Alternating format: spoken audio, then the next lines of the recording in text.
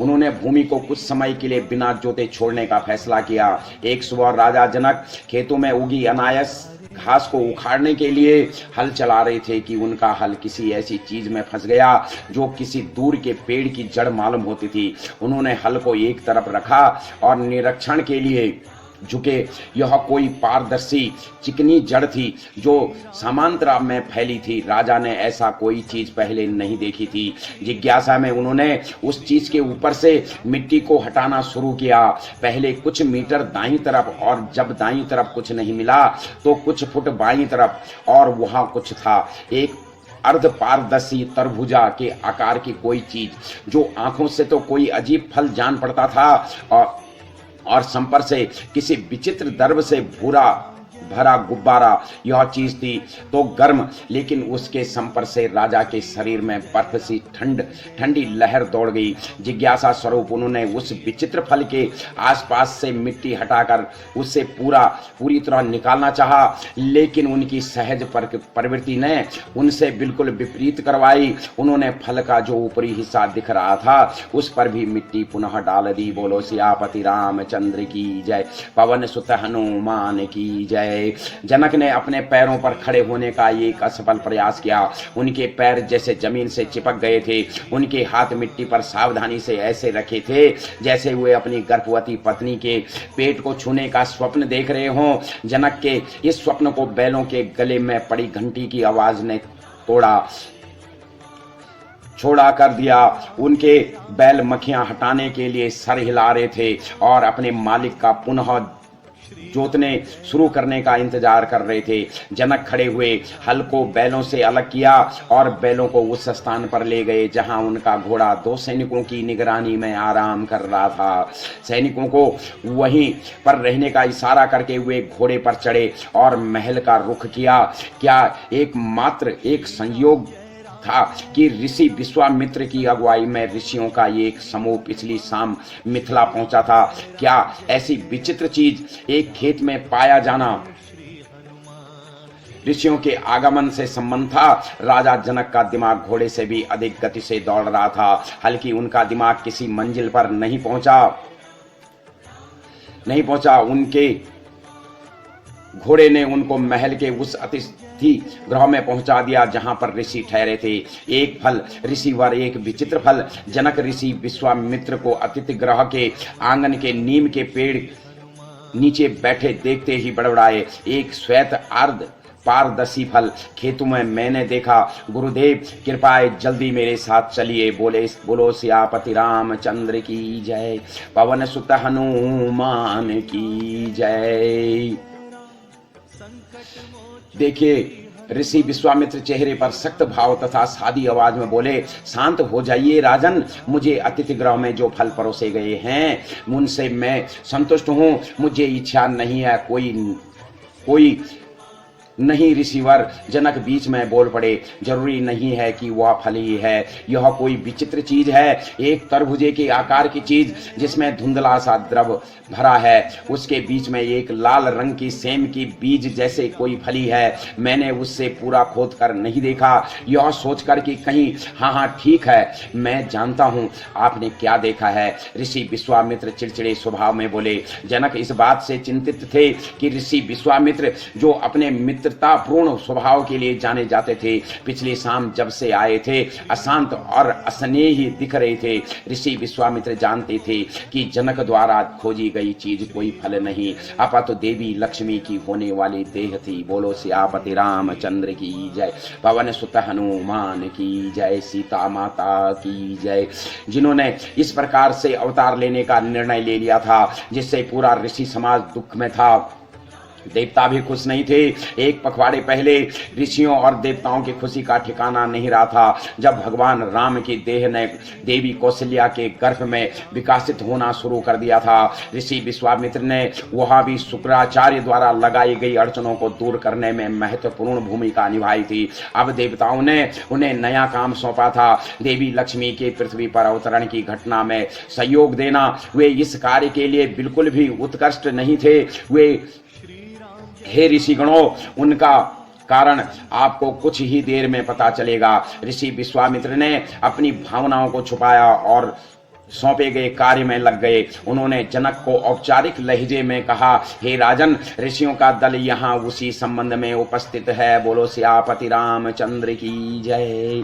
जिस संबंध में आपने उस चीज को देखा, खेतों में पाया, हमें यहाँ यज्ञ शुरू करना है जो कई महीनों तक चलेगा। आपकी और रानी सुनियाना की उपस्थिति की आवश्यकता समय समय पर पड़ेगी। आज यज्ञ के आरंभ में भी आप दोनों की उपस्थिति अनिवार्य है। यज्ञ उसी स्थान पर होगा जहां आपको वह चीज मिली है। जाओ, स्नान करो और देवी सुनियाना को अपने साथ ले आओ। हमने कल आपके प्रधानमंत्री को यज्ञ के लिए आवश्यक चीजों की एक सूची सौंपी थी। उन सभी चीजों को यज्ञ के स्थान पर पहुंचा दो। करीब 1 घंटे बाद ऋषि विश्वामित्र महल से बाहर निकल रहे थे। उनके दाएं तरफ थे राजा और बाएं तरफ रानी, और पीछे 11 अन्य ऋषि। रानी के सर पर एक घड़ा था जिसके ऊपर एक लाल रंग का धागा बंधा हुआ था। उस धागे का एक छोर ऋषि विश्वामित्र के दाएं हाथ में था और उनके बाएं हाथ में था एक श्वेत रंग के धागे का छोर जो उस फूल पत्तों की टोकरी से लिपटा था जिससे राजा ले जा रहे थे। सभी नंगे पैर खेत की तरफ चले रहे थे। ऋषि विश्वामित्र ने यज्ञ के बारे में जानकारी तथा निर्देश देने के लिए यह समय उपयुक्त समझा। वे शांति ढंग से बोले, हे विदेह के राजा और रानी, आपका ज्ञान ऋषियों के समान है। आप जानते हैं कि कल्प के अंत में पूरी धरती पिघल जाती है, फिर धरातल के ऊपर कुछ किलोमीटर ऊपर एक परत का निर्माण होता है जिससे धरती के सभी नरकात्मक तत्व कैद हो जाते हैं। सरकात्मक तत्व से कठोर धरती का निर्माण होता है और सतयुग शुरू होता है। शुरुआत में निर्जीव से जीव उत्पन्न होते हैं। देह धरती से अपने आप बनती है, अर्थात शुरुआती देह का जन्म धरती से होता है। राजा जनक का दिमाग तेज था। उन्होंने तुरंत अनुमान लगाया, ऋषिवर, क्या आप ये कहना चाह रहे हैं कि जो चीज मैंने खेतों में देखी? बोलो सियापति रामचंद्र की जय। पवन सुत हनुमान की जय। सीता माता की जय। देखी है, वो कोई फल नहीं बल्कि एक देह है, एक जिंदा देह। धरती ने किसी जीव को जन्म दिया है, एक मानव को। जनक, धरती ने एक मानव को जन्म दिया है, एक महिला मानव को। विश्वामित्र सीधे मुद्दे पर आए, कौन है ये दुखी आत्मा? ऋषिवर, हाँ ऋषियों, यही कहना, यही बिल्कुल यही थे राजा जनक के शब्द। वे आगे बोले, अगर कोई आत्मा इस तरह से जन्म ले रही है तो अवश्य ही उसके बहुत बुरे संचित कर्म हैं, और वे जन्म संभव भी कैसे हो सकता है? आत्मा शब्द, वे आगे बोले, अगर कोई आत्मा इस तरह आत्मा के प्रवेश करने से पहले ही बुरे कर्म देह का विनाश कर देगी, मुझे तो यह असंभव लगता है कि यह आत्मा किसी भूमि जनित देह से जीवन शुरू कर पाए। ऋषि विश्वामित्र को यह जाहिर करने की अनुमति नहीं थी कि वह कोई दुखी आत्मा नहीं, अपातु देवी लक्ष्मी स्वयं जन्म ले रही थी। बोलो लक्ष्मी माता की जय। उन्होंने गहरी सांस ली और कहा, हे विदेह की राजा, यह एक नेक आत्मा है जो मानव जाति के कल्याण के लिए ऐसे जन्म ले रही है। इस समय मैं केवल इतना ही बता सकता हूँ, कर्म के नियमों के अनुसार यह असंभव जान पड़ता है लेकिन एक कारण है जिसके चलते इस आत्मा ने मिथिला के महल को अपना घर चुना है। आपके महल में एक ऐसी चीज है जो यह संभव करेगी। बोलो सियापति रामचंद्र की जय।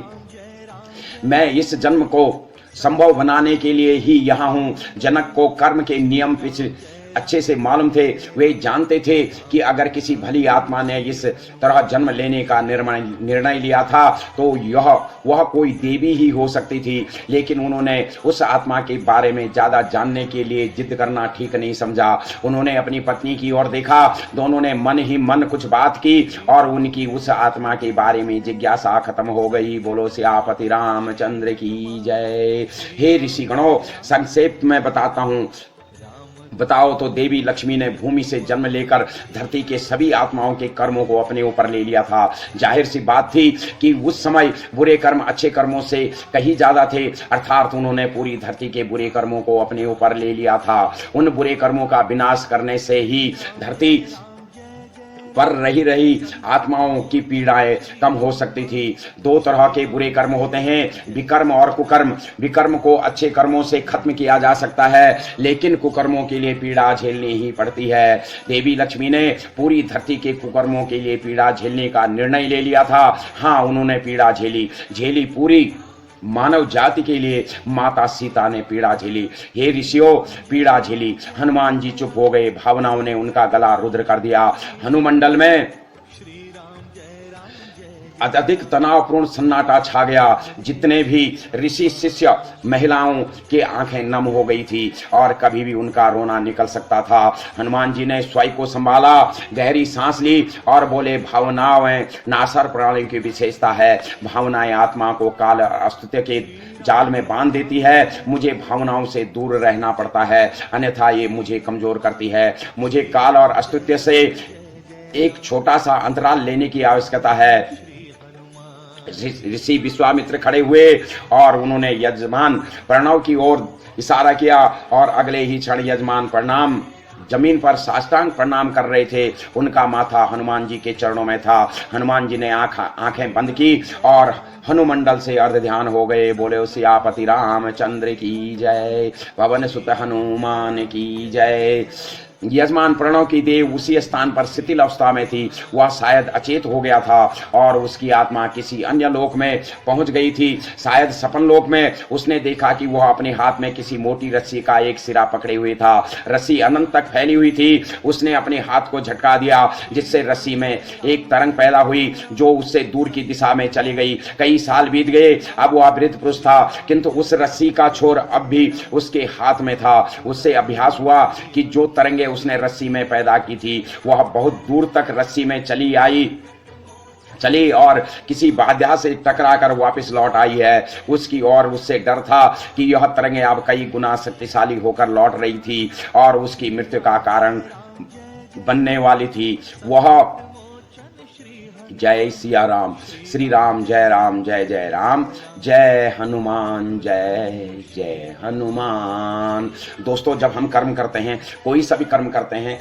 तो हम अपने समय के धागों में तरंगें पैदा कर देती हैं। वो तरंगें कितनी दूर तक जाती हैं वो निर्धारित करती हैं, और जहाँ पर वो तरंगें हमको मिल जाती है वहीं से हमारे कर्मों का लेखा जोखा, हमारे कर्मों की हमारे को सजा मिलनी या भला होना हमारा शुरू हो जाता है। कहीं नहीं जा सकता था, तरंग आई और उससे टकराई, उसकी मृत्यु हुई या नहीं यह तो पता नहीं चला, लेकिन उसका सपना टूट गया। वह हनुमंडल में हल्की सी भयाजनित कराहट के साथ जागा। उसका माथा अब भी हनुमान जी के चरणों को छू रहा था। वे अंतराल के बाद वापिस आ गए थे। हनुमान जी ने उसको खड़ा किया, अपनी मुस्कान से उसमें एक नई जान ला दी और उससे उसकी निर्धारित जगह पर जाने का इशारा किया। कर्म क्या है दोस्तों, वो तो आगे पता लगेगा आपको पूरे कर्मों के बारे में, मगर यहाँ पर थोड़ी सी जो अध्याय के अंदर है वो मैं आपको बता देता हूँ। हनुमान जी ने अपना वार्तालाप एक प्रश्न से पुनः आरंभ किया। उत्तर भी उन्होंने दिया, हाँ, आप सब एक धागे के जाल में है, समय के धागे। किसी भी बिंदु पर आप 7 अथवा उससे अधिक समय के धागों पर होते हैं। जब आप कुछ कार्य करते हैं तो आप उन धागों में तरंगें पैदा करते हैं। इन तरंगों से मैं इस बात की जानकारी कैद होती है कि आपने क्या किया। ये तरंगे आपके कर्म हैं और आपके जीवन में उतार चढ़ाव के लिए जिम्मेदार हैं। बोलो सियापति रामचंद्र की जय। कल्पना करो कि आपके समय के धागे किसी अन्य के समय के धागों के साथ उलझे हुए हैं। जिसके साथ आपके समय के धागे उलझे हैं वह आपका कर्म संबंधित है।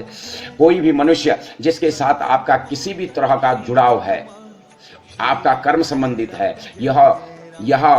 यहाँ यह उल्लेख करना उचित है कि प्रेम तथा घृणा दोनों जुड़वा है। जिस मनुष्य से आप घृणा करते हैं वह आपका उतना ही कर्म संबंधित है जितना कि वो जिससे आप प्रेम करते हैं। आपके समय के धागों में जो तरंगें पैदा होती हैं वे आपके कर्म संबंधी के समय के धागों में तरंगें पैदा करती है, और उसका विपरीत भी सत्य है, अर्थात आपके कर्म संबंधित के कर्मों को प्रभावित करते हैं, और उसका उल्टा भी सत्य है। अब आपके दिमाग में यह विचार आ रहा होगा, मैं जिससे प्रेम अथवा घृणा करता हूं उसके कर्म मुझे प्रभावित क्यों करें, यह तो अन्याय है। आपको अपने निर्धारित करते हैं कि किसके कर्म आपको प्रभावित करें और किसके नहीं। यह पूर्णतः न्याय संगत है। अगर आप नहीं चाहते कि किसी के कर्म आपको प्रभावित करें तो आपको निरासक्त हो जाए। बोलो सियापति रामचंद्र की जय। निरासक्ति का जो मतलब होता है यानी कि संसार से अपना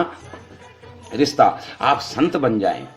संत का जो पूरा अर्थ होता है वो संसार से नाता तोड़ना, यानी कि संत का पूरा अर्थ हो गया 100 से हो गया संसार, 9 से हो गया नाता और 100 से हो गया तोड़ना। आप संत बन जाएं, यानी कि संसार के किसी भी जीव से आपका नाता नहीं होना चाहिए, तभी आप दूसरे के कर्मों के भागी नहीं बन सकते हैं। आपकी आत्मा यह नहीं चुन सकती कि वह किस परिवार में जन्म ले। ये आपके कर्म निर्धारित करते हैं कि आप किसी राजा के घर जन्म लेते हैं अथवा रंग के घर। लेकिन देवी लक्ष्मी के पास विकल्प है। वे धरती पर आने के लिए कर्मों का कोई भी सम्मिश्रण चुन सकती है। जब वे माता सीता के रूप में आई तो उन्होंने पूरे संसार के आत्माओं के कर्मों को सहन करना चुना ताकि वे उनके बुरे कर्मों को नष्ट कर सकती थी। भूमिपुत्री बनकर उन्होंने संसार के सभी आत्माओं को अपना कर्म संबंधित बना दिया था। हम सब लोग, चाहे जीव है, जंतु है, पेड़ है, पौधे है, कीड़े हैं, मकोड़े हैं, जो कुछ भी है वो सब धरती से जुड़े हुए हैं। इसीलिए सीता माता ने हम लोगों के कष्ट को दूर करने के लिए इस धरती से जन्म लिया और हमारे संबंधित बन गई। हे ऋषिगणों, मैं देख सकता हूं कि आप में से कईयों के मन में यह प्रश्न है, देवी लक्ष्मी आखिर दूसरे के बुरे कर्मों को क्यों सहे? इसका उत्तर है पाप का दुष्चक्र। जब कोई पाप करता है तो उससे कष्ट झेलना पड़ता है और जब वह कष्ट झेलता है तो और भी पाप करता है। यह कर्म चलता रहता है। कल्पना करो कि किसी मनुष्य ने कुछ चुराया, कर्म ने उसे दंड दिया कि वह भूखा रहेगा, लेकिन जब वह भूखा होगा तो खाने के लिए चोरी करने की कोशिश करेगा, जिससे उसके कर्म खाते में और भी बुरे कर्म जुड़ जाएंगे। यह दुष्चक्र है। इस दुष्चक्र को अगर ना तोड़ा जाए तो पाप बड़ी तेजी से बढ़ते हैं और विश्व अंतिम विनाश की ओर तीव्रता से अग्रह होता है। बोलो सियापति रामचंद्र की जय, पवन सुत हनुमान की जय। यहाँ पर थोड़ी सी रावण की टिप्पणी आपको देंगे। उदाहरण के लिए रावण का ही उदाहरण ले लीजिए। वह पाप के दुष्चक्र में फंस गया था। उसके देह को मारकर समस्या खत्म नहीं होने वाली थी। उसकी वह देह चली जाती तो वह अगला जन्म लेकर फिर से पाप करना शुरू कर देता। किसी भली आत्मा द्वारा उसके कुकर्मों को नष्ट किया जाना आवश्यक था। उसके बुरे कर्मों के लिए किसी अन्य को कष्ट झेलना अनिवार्य था। विष्णु लोक में ऐसे बहुत सी भली आत्माएं हैं जो ऐसा करने के लिए तत्पर रहती हैं। वे दुष्ट आत्माओं के कर्म संबंधित बनकर संसार में आती हैं और उनके किए बुरे कर्मों की सजा भुगतती हैं। जब वे सजा भुगतती हैं तो कोई सा भी भुगतती हैं, इस दौरान कोई बुरा कर्म नहीं करती, जिससे कि पाप का दुष्चक्र टूट जाता है। हाँ, यह सही है कि धरती से पाप का दुष्चक्र तोड़ना जरूरी था, लेकिन देवी लक्ष्मी को सभी कुकर्म अपने ऊपर लेने की आवश्यकता नहीं थी। विष्णुलोक में ऐसे हजारों आत्माएं थी जो मिलकर यह कार्य कर सकती थी। ऋषि, देवता, स्वयं भगवान विष्णु भी वैसे ही करने के ही पक्षधर थे। देवी लक्ष्मी ने सबकी राय के विपरीत जन्म लिया और वे पृथ्वी के सभी आत्माओं की कर्म संबंधित बन गई। हे ऋषिगणों, कल्पना करो कि 2 लड़कियां जंगल में भटक गई हैं और आसपास कहीं पानी नहीं है। एक राजकुमारी है जिसने पहले कभी किसी चीज की कमी का अनुभव नहीं किया और दूसरी है एक गरीब बनवासिन की बेटी जिससे लंबे समय तक प्यासे रहने की आदत है। वे दोनों अपने बुरे कर्मों के कारण, बोलो सियापति रामचंद्र की जय, पवन सुत हनुमान की जय, के कारण इस परिस्थिति में फंस गई हैं। आप ये सोचेंगे क्योंकि दोनों को एक ही प्रतिकूल परिस्थितियों में फंसी हैं तो दोनों किसी एक जैसे बुरे कर्म की सजा भुगत रही हैं, लेकिन ऐसा निष्कर्ष गलत होगा। परिस्थिति के अनुसार बराबर है, लेकिन परिस्थिति की अनुकूलता बराबर है, लेकिन राजकुमारी की पीड़ा दूसरी लड़की से अधिक है। इसलिए राजकुमारी को दूसरी लड़की के मुकाबले किसी बड़े कुकर्म की सजा मिल रही है। देवी लक्ष्मी जो संपत्ति, सुख, सुंदरता, भाग्य भरपूर तथा विश्व की अन्य सरकात्मक चीजों की स्वयं प्रतिमूर्ति है। उन्होंने माता सीता के रूप में अपना आदि तक जीवन जंगल में बिताया। देवी लक्ष्मी द्वारा एक पल के लिए जंगल की कठिनाई को झेलना किसी अन्य आत्मा के द्वारा 1000 साल तक नरक की अग्नि में जलने के बराबर है। आप कल्पना भी नहीं कर सकते कि सभी पीड़ाएं अपने ऊपर लेकर उन्होंने कितनी बड़ी मात्रा में कुकर्मों का खात्मा किया। विश्वामित्र ने देखा कि हनुमान जी पुनः भावुक हो रहे थे। उन्होंने यजमान की ओर इशारा किया। वे साष्टांग प्रणाम किए क्रिया के लिए तैयार रहे। हनुमान जी रुदे गले से आगे बोले, जब भी माता सीता के कोमल पैरों में कोई कांटा चुभा, उन्हें वो पीड़ा हुई जो किसी साधारण आत्मा को तब होती है जब उनके देह के अंगों को पूरी तरह काटा जाए। जब भी किसी निषाद ने उन्हें गाली दी, उनके चरित्र पर सवाल उठाए, उन्हें वो पीड़ा हुई जो किसी साधारण आत्मा को तब होती है जब उनके देह को जिंदा जला दिया जाए। भगवान राम से जुदा होकर बिताए एक पल में उन्हें वो पीड़ा हुई जो किसी साधारण आत्मा को तब होती है जब उनके देह को कोई राक्षस जिंदा खा जाए। हनुमान जी के चेहरे पर एक आंसू लुढ़क आया। ऐसा लग रहा जैसे वह सिसकारियां भरकर रोने वाले हो। भावना उन्हें काल और अस्तित्व के पकड़ में ले जा रही थी। उनके अनुस्वास्थ्य खतरे में थी। यजमान प्रणव तुरंत अपने पैरों पर खड़े हुए और हनुमान जी की ओर भ्रमित अवस्था में आगे बढ़े। इससे पहले कि वह उनके चरणों तक पहुंच पाता, वे अर्ध ध्यान हो गए। क्योंकि यजमान हनुमान जी के अर्ध ध्यान होते समय उनके चरणों में साष्टांग प्रणाम की क्रिया नहीं कर रहे थे, तब ऋषि विश्वामित्र को वे सभी कर्मकांड पूर्व पुनः करने पड़े जो चरण पूजा के किसी भी सत्र के शुरू में करने होते हैं। चरण पूजा का मतलब जो हनु किताब लिखी गई थी उसकी पूजा लगातार चल रही थी। जब हनुमान जी पुनः प्रकट हुए, वे पूर्णता शांति और स्थिर थे। हम कहाँ थे? उन्होंने अपना वार्तालाप पुनः शुरू किया। हाँ, राजा जनक, देवी सुनियाना और ऋषिगण खेत में उस स्थान की ओर जा रहे थे जहाँ एक विचित्र चीज देखी गई थी। राजा को अभ्यास था कि कुछ बहुत बड़ा होने जा रहा था। इस संबंध में वह जानकारी हासिल करने के उद्देश्य से उन्होंने प्रश्न किया, ऋषिवर, धरा पर रह रही सभी आत्माओं के कुल पाप कर्म की मात्रा की कल्पना करना भी मुश्किल है। यह आत्मा इतना सब कैसे सहन करेगी? ऋषि विश्वामित्र शांति से बोले, हे जनक, जैसे कि तुम जानते हो कि बुरे कर्म दो तरह के होते हैं, विकर्म और कुकर्म। विकर्म इस आत्मा के आत्मीय मित्र द्वारा, आत्मीय मित्र का मतलब होता है जो उसका पति होगा या जैसे आदमी है तो उसकी पत्नी होगी, नष्ट हो जाएंगे। और कुकर्म के लिए इस आत्मा ने स्वयं कष्ट सहने का निर्णय लिया है। हे ऋषिगणों, जब दो आत्मीय मित्र मिलते हैं तो उनके विकर्म एक दूसरे के अच्छे कर्मों को द्वारा नष्ट हो जाते हैं। भगवान राम ने इतने अच्छे कर्मों को धारण करके जन्म लिया था कि वे माता सीता द्वारा धारण किए गए सभी कुकर्मों को नष्ट करने के लिए पर्याप्त थे। अब मैं चाहता हूं कि आप उस गड्ढे वाले उदाहरण को पुनः दिमाग में लाओ। संसार की आत्माएं बुरे कर्म में गड्ढे में फंसी थी। भगवान विष्णु गड्ढे के बाहर उन सबको बाहर निकालने के लिए तैयार थी। यहां पर मैं आपको थोड़ी सी बात बता देता हूं। जो यहां पर गड्ढे का जो कर रखा है, निर्णय किया है, ये जब आपको अध्याय आएगा, जब रामचंद्र जी सीता माता को राजा सागर की कहानी सुनाएंगे। यहाँ पर मैं आपको बता देता हूँ कि सीता माता जब रामचंद्र जी से उनके पूर्वजों के बारे में पूछते हैं, राजा सागर के बारे में पूछते हैं कि सागर ने कैसे समुद्र को बचाया था, तो तब ये जब बातें बताते हैं तो वहां पर आपको ये बातें पता लग जाएगी कि गड्ढे का मतलब क्या होता है। गड्ढे का मतलब है कि संसार की सारे जो आत्माएं, जैसे हम बुरे कर्म करते हैं या हमारा बुरी सोच होती है, जब हम बुरे सोचते हैं तो हम बुरे कर्म करते हैं और हम उस बुराई के गड्ढे में फंस जाते हैं। तो उसी को नष्ट करने के लिए यहाँ पर गड्ढे का उपयोग करा गया है। आगे चलते हैं। बोलो सियापति रामचंद्र की जय, पवन सुत हनुमान की जय।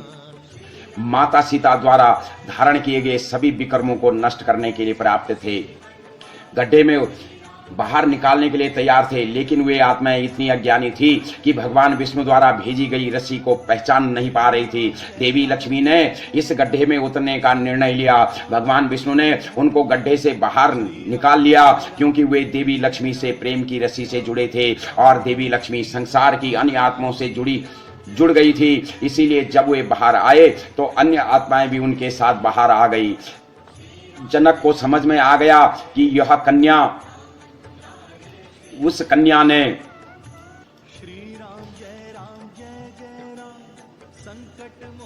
पूरी धरा के बुरे कर्मों को धारण कर लिया था, तो उनके आत्मीय मित्र भगवान विष्णु ही हो सकते थे और वह कन्या देवी लक्ष्मी ही हो सकती थी। बोलो लक्ष्मी माता की जय।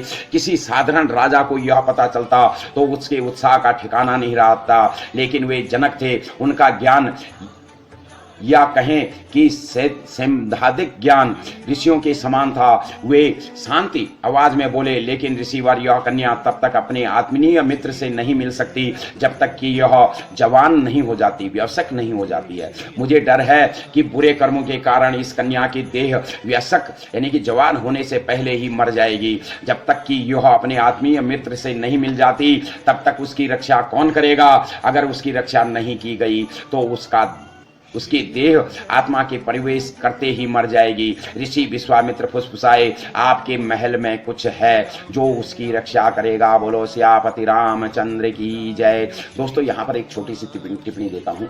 धरती से जो भी जीव उत्पन्न होता है, चाहे वो कुछ भी हो, उसकी मृत्यु बहुत जल्दी हो जाती है। जैसे धरती से मच्छर पैदा होते हैं, मच्छर तुरंत उनको मार दिया जाता है। चींटियां उत्पन्न होती हैं और भी कीड़े मकोड़े होते हैं जो कि तुरंत मर जाते हैं। उसका कारण क्या है? यही है। इसलिए राजा जनक को भी आज जब ये अध्याय आगे आएंगे तो आपको पता लग जाएगा। तब तक के लिए मैं अपनी वाणी को इसी अध्याय पे ले चलता हूँ। करेंगे। जनक ने इस फुसफुसाहट के रूप में आए उत्तर से यह निष्कर्ष निकाला कि उन्हें इस संबंध में तब तक बात नहीं करनी है चाहिए जब तक कि ऋषि विश्वामित्र स्वयं जिक्र न छेड़े। उन्होंने बिना कोई और प्रश्न किए आगे की रीतियों को निभाया। ऋषियों के आदेश से उन्होंने खेत में तंबू लगा दिया ताकि ऋषि वहां रह सके, क्योंकि यज्ञ अगले 6 महीने तक लगातार चलने वाला था। कर्मकांड निभाने और ऋषियों के लिए व्यवस्था करने के पश्चात वे अंतिम शाम को अपने कक्ष में लौटे। उनकी देह थकी थी किंतु मन जिज्ञासा के घोड़ों पर सवार था। उनके महल में ऐसा क्या था जिससे वह चमत्कारी कन्या बुरे कर्मों के प्रभाव से बच सकती थी? बोलो सियापति रामचंद्र की जय।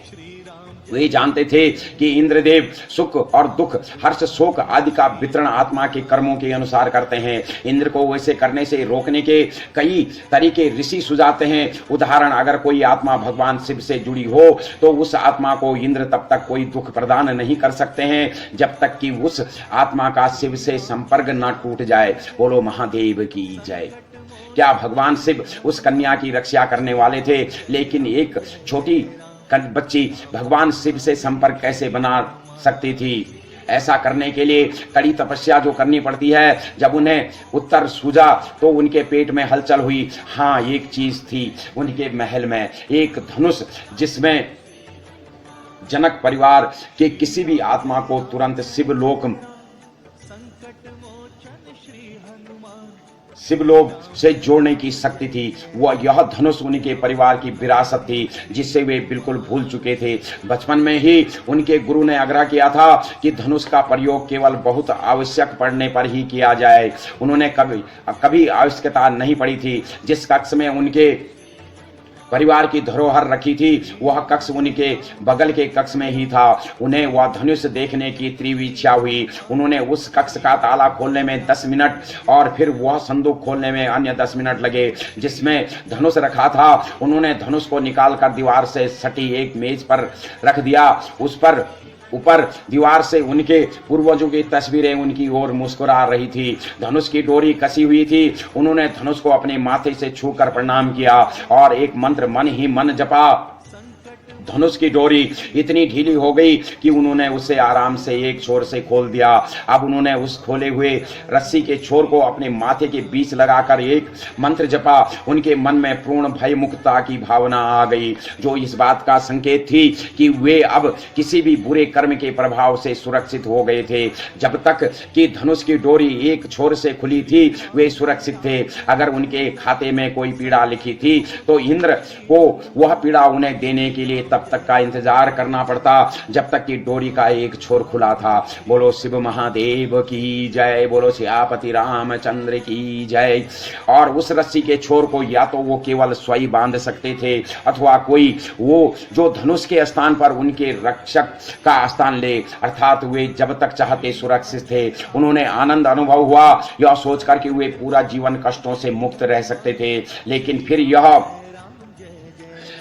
तथ्य उनके ध्यान में आया कि धनुष की रक्षा केवल कष्ट को आगे बढ़ा सकती थी। जो कर्म उस कष्ट के लिए जिम्मेदार है उसको नष्ट नहीं कर सकती थी। अगर इस जन्म के कर्मों के प्रभाव से इस धनुष के कारण बच जाते तो अगले जन्म में प्रहार होता। यही कारण था कि उन्हें कभी इस धनुष का प्रयोग करने की नहीं सूझी। उनका उद्देश्य मोक्ष था जो केवल कर्मों के नष्ट करने से मिल सकता था, उनके फल को आगे स्थगित करने से नहीं। उन्होंने धनुष को उठाया, डोरी का खुला हुआ छोर वापस बांधकर रक्षा को समाप्त कर दिया। उन्होंने धनुष को वापस उसके संदूक में रख दिया और अपने कक्ष में लौट आए जहां सुकून की नींद उनका इंतजार कर रही थी। देवी सीता के जन्म का यज्ञ पिछले 6 महीने खेत में चला और उसके बाद महल में स्थगित कर दिया गया। राजा जनक ने देखा कि उन्हें 6 महीने पहले जो फल खेतों में दिखा था वह अब द्रव्य के गुब्बारे में तब्दील हो गया था, जिसके अंदर एक मानव शिष्य को देखा जा सकता था जो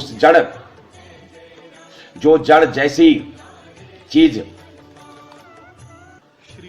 अर्धपारसी चीज उस फल से जुड़ी हुई थी। अब वह भूरे रंग की रस्सी जैसी दिख रही थी। अगले 1 महीने यह यज्ञ महल के केंद्र में स्थित आंगन में चला जहां शिव धनुष भी लाकर रख दिया गया। यह आंगन किसी झील के आकार का था और छत से इस प्रकार ढका था कि प्रकृति प्रकाश प्रवेश कर सके। जब ऋषियों को यह विश्वास हो गया कि धनुष शिष्य की रक्षा कर रहा था तो उन्होंने उसको राजा रानी के हवाले कर दिया। ऋषि विश्वामित्र ने घोषणा की, हे जनक, हे सुनियाना, यह कन्या तब तक सुरक्षित रहेगी जब तक कि धनुष की डोरी एक तरफ से खुली है। इस डोरी को या तो स्वयं बांध सकती है और या उसका आत्मीय मित्र सही समय पर इसका आत्मीय मित्र यहाँ आएगा और इस डोरी को बांधेगा।